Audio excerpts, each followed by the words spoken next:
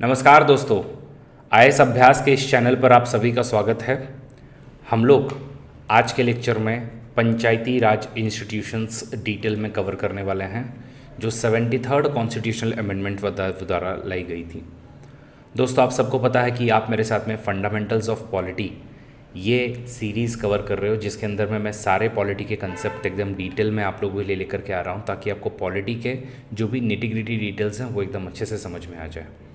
तो आज के लेक्चर में हम लोग देखेंगे कि किस तरीके से ग्राम सभा कॉन्स्टिट्यूट होती है। ये 3 लेवल जो हम लोगों ने ऑलरेडी हमारे 3 टियर गवर्नमेंट वाला जो लेक्चर है उसमें ऑलरेडी कवर कर लिया है।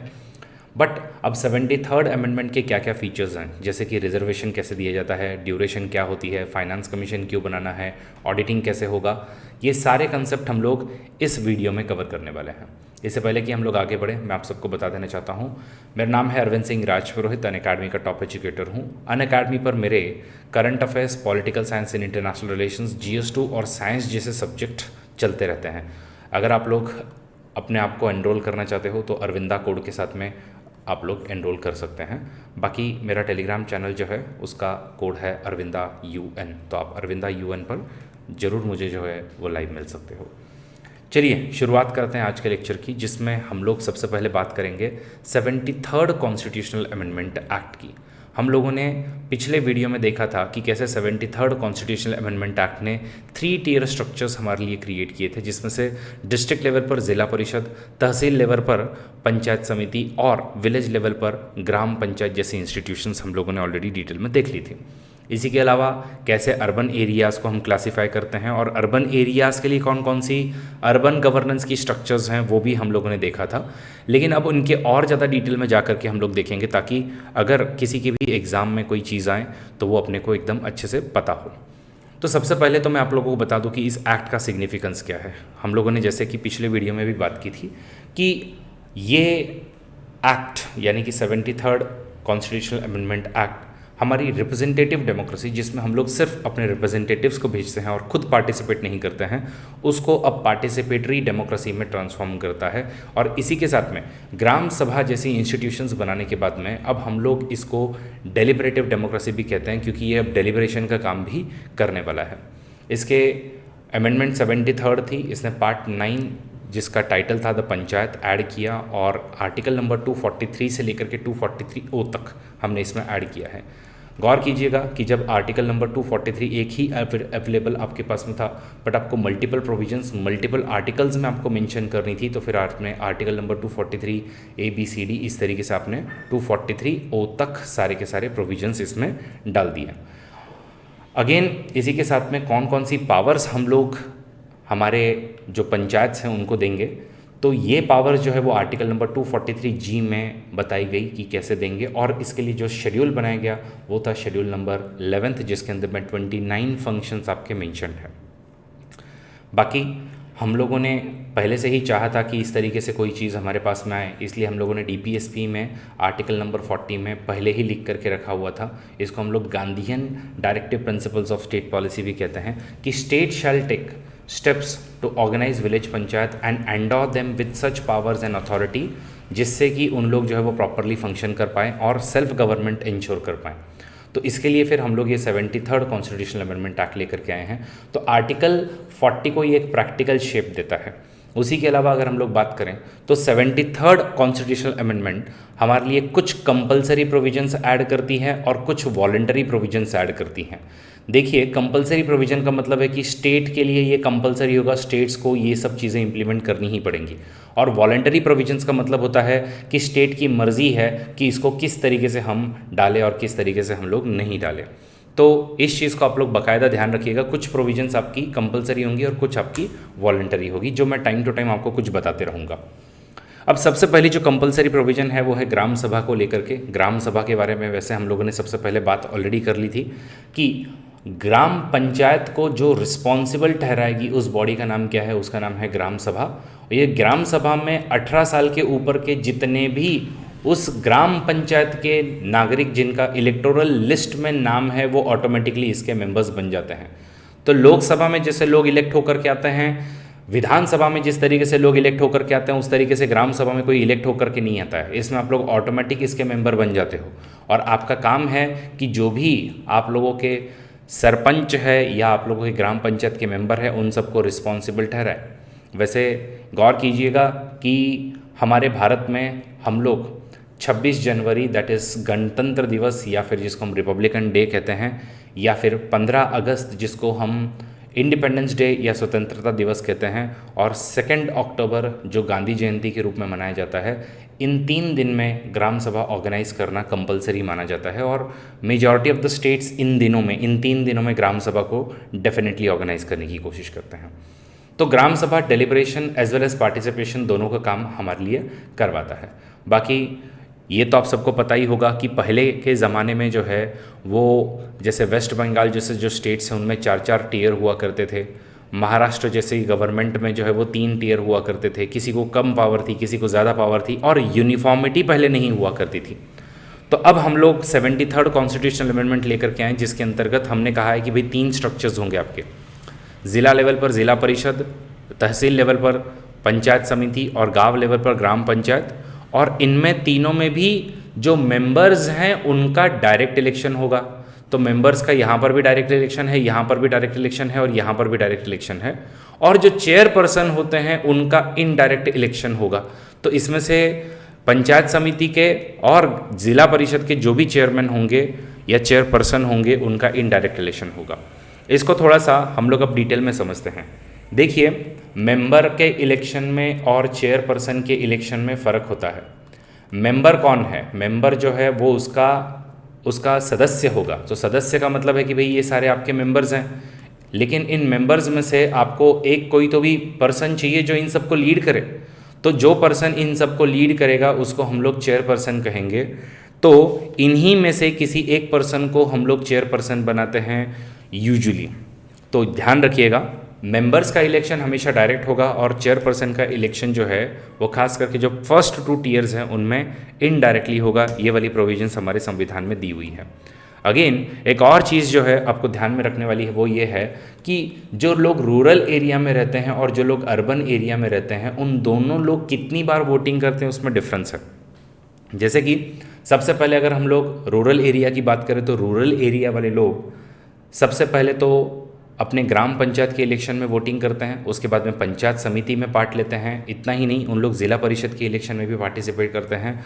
और जो आप लोगों की स्टेट लेजिस्लेटिव असेंबली जिसको हम विधानसभा कहते हैं, और जो आप लोगों का हाउस ऑफ पीपल जिसको हम लोग लोकसभा कहते हैं, इन सब में रूरल लोग वोट करते हैं। मतलब 5 बार इन लोग डायरेक्टली वोट करेंगे। वही अगर अर्बन गवर्नमेंट की, अगर हम अर्बन एरिया में रहने वाले लोगों की हम बात करें तो उन लोग सिर्फ या तो म्यूनसिपल कॉरपोरेशन, म्यूनसिपल काउंसिल या फिर आपकी नगर पंचायत जैसी जो भी इंस्टीट्यूशन है डिपेंडिंग अपॉन द पॉपुलेशन, उसके बाद में आप सीधा स्टेट लेजिस्लेटिव असेंबली के इलेक्शन में और आप लोग लोकसभा के इलेक्शन में पार्टिसिपेट करते हो। तो अर्बन एरिया वाले लोग जो है वो 3 ही बार मेजरली इलेक्शन में इलेक्शन में पार्टिसिपेट करते हैं। तो ये आई थिंक 3 टियर स्ट्रक्चर सबको क्लियर हो गया होगा। बट याद रखिएगा, अब सभी जगह पर 3 टियर स्ट्रक्चर है, बट जिन स्टेट्स का पॉपुलेशन 20 लाख से नीचे है, अगर उन लोग चाहे तो इंटरमीडिएट लेवल को उन लोग स्किप कर सकते हैं। इलेक्शन ऑफ मेंबर्स और चेयरपर्सन मैंने जस्ट आपको बताया कि पंचायत के जितने भी मेंबर्स हैं, चाहे विलेज के हो, इंटरमीडिएट के हो या डिस्ट्रिक्ट के हो, उन सभी को डायरेक्टली इलेक्ट करते हैं। और चेयरपर्सन जो है वो ज़िला परिषद और पंचायत समिति के इनडायरेक्टली उन्हीं में से एक मेंबर को किया जाता है।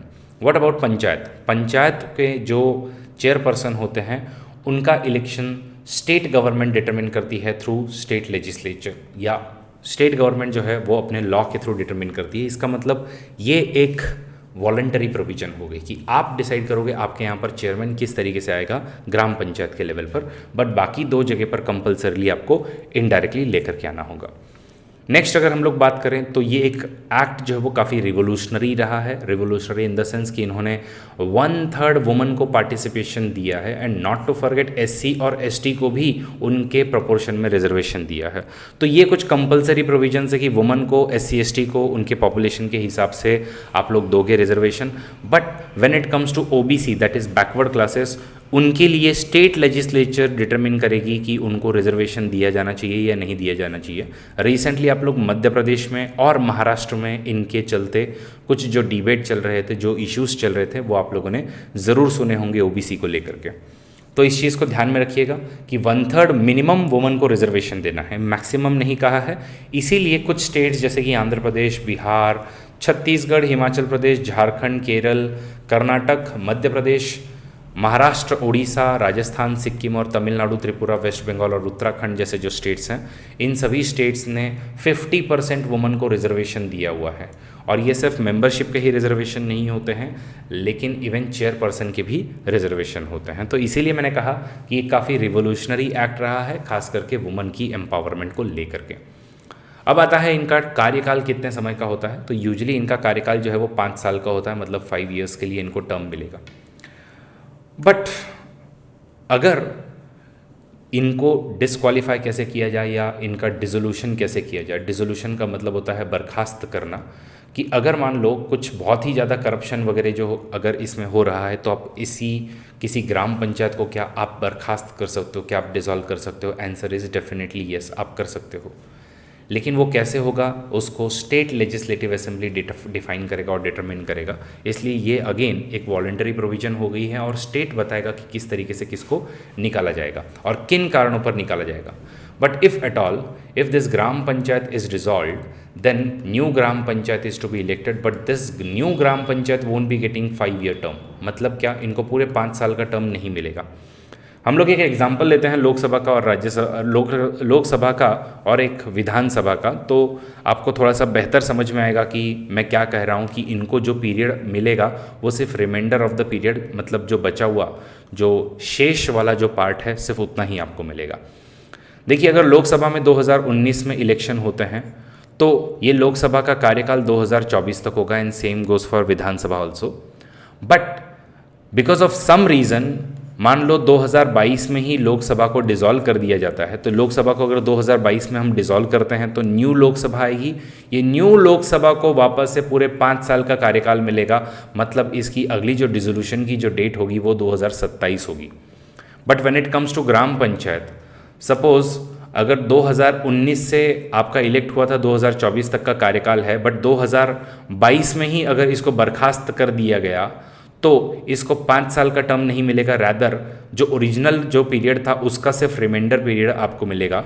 मतलब 2024 में आपके इलेक्शंस वापस से होंगे, मतलब आपको यहाँ पर कार्यकाल जो है वो सिर्फ 2 ही साल का मिलने वाला है, रिमाइंडर ऑफ द पीरियड ही मिलने वाला है। ऐसा क्यों किया गया होगा उसका मैं एक बेसिक आप लोगों को लॉजिक बता सकता हूँ। देखिए, हमारे देश में लगभग 6.5 लाख गाँव हैं और इन 6.5 लाख गाँव से मिला करके हमने 2.5 लाख जो है वो ग्राम पंचायत बनाई हुई है। अब अगर ऑन एन एवरेज अगर हम लोग हमारे 28 स्टेट्स में अगर इनको हम लोग डिवाइड करें तो रफली ऐसा हम लोग कह सकते हैं कि 9,000 जो है वो ग्राम पंचायत हर एक स्टेट में होंगी। अब मैं ऑन एन एवरेज आपको बता रहा हूँ, ऑब्वियसली इसमें जो छोटे स्टेट्स हैं जैसे मिज़ोरम हो गए या फिर त्रिपुरा हो गए, उनमें गाँव की संख्या थोड़ी कम होगी और ग्राम पंचायत की संख्या और भी कम होगी, और यूपी जैसे स्टेट में तो और ज़्यादा संख्या होगी।